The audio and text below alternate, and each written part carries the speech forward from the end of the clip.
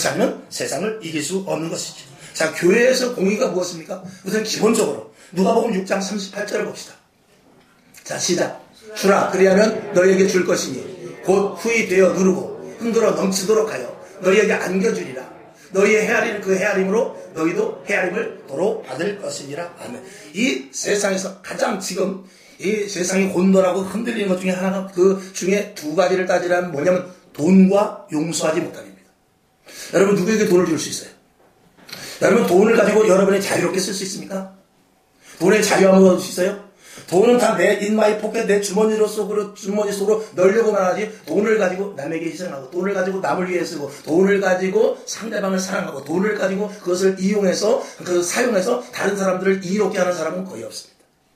그나마 있다면 그래도 성도예요.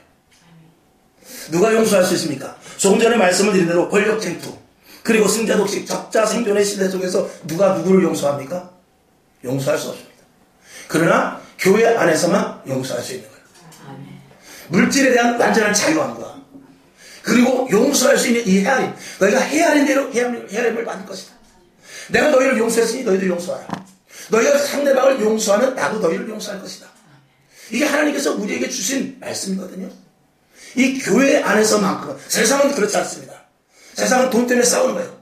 세상은 돈 때문에 남을 죽이는 거예요. 세상은 돈과 권력 이런 것들이 있건 그런 것들 때문에 세상이 나름대로 어떻게 보면 한편으로 지탱이 되기도 하지만 그게 독버섯이 되는 것이죠. 그러니까 교회는 물질에 대한 초대교회는 어땠죠? 모든 것들을 다 사도 앞에 놔놨다고 그랬어요. 사도의 발 앞에 갖다 놓은 것은 무엇이냐면 이제는 물질보다도 내가 더 귀한 것을 얻은 자들이기 때문에 그래요. 그리고 예수 그리스도의 사랑을 아는 자들이기 때문에 나를 죽이려고 하는 자까지 내가 원수까지도 용서할 수 있는 것이죠. 이것이 교회 안에서 지금 없다 이 말이에요. 그러니까 교회 안에서 세상에도 공의가 없는데 교회 안에도 공의가 없어요. 하나님의 공의, 이 초대교회와 같은 하나님의 하시고자 하는 일들, 성령님께서 강권하여 역사하시는 일에 그런 교회가 지금 없으니 문제인 것이죠.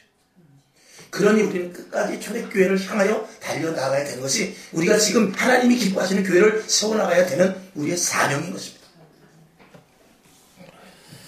서로 정죄하고 증오하고 그리고 어떻게 해서든지 심판하려고 하고 복수하려고 하고 이런 것들이 세상에 가득 차 있기 때문에 저와 여러분이 세상에 나서 누가 옳으냐 누가 그러냐 아무리 해봐야 우리는 같이 오염될 뿐입니다.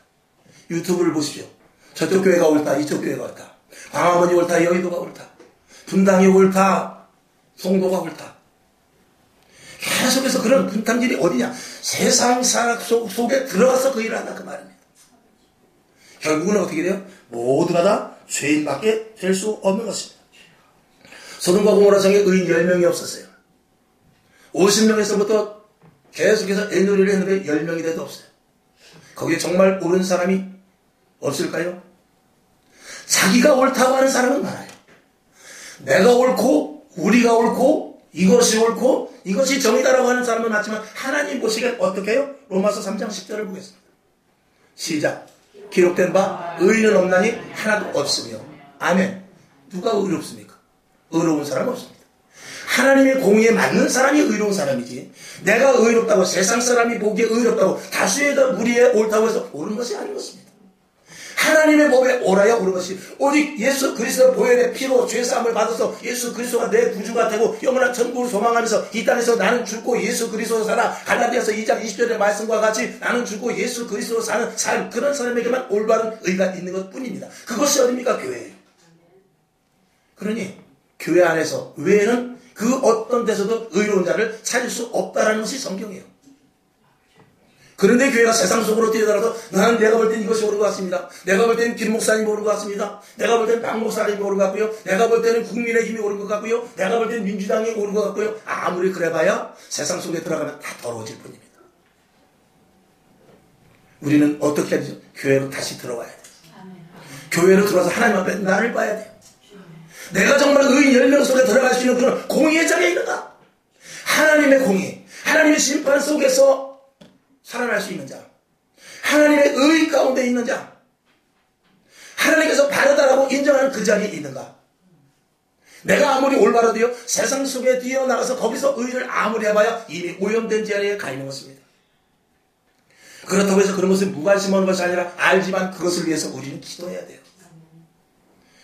하나님이 세상의 정치꾼들을 통해서 세상을 바꾸지 않습니다. 이스라엘의 역사를 볼 때 이스라엘의 멸망, 또 세계사도 마찬가지지만 특별히 이스라엘의 역사 속에서 멸망은 뭐냐면 제일 먼저 제사장의 타락입니다. 그리고 당연히 왕들이 타락되고 그리고 백성들이 타락되는 것이죠. 그러니까 백성들, 권력 잡은 방백들, 그리고 제사장들, 그들의 타락이 다 동시에 전염되듯이 이루어지는 것입니다. 그 시발점은 어디냐? 제사장입니다. 그 시발점은 어디냐? 교회예요. 교회에서 공의와 질서가 무너지고 교회가 세상과 똑같은 방식으로 나가면 교회는 이미 하나님께서 보시기에 촛대를 옮길 수밖에 없는 가치가 떨어지는 교회가 되며, 하나님께서 교회를 버리시는데 세상을 그냥 두겠어요? 세상은 당연히 멸망당하죠. 만일에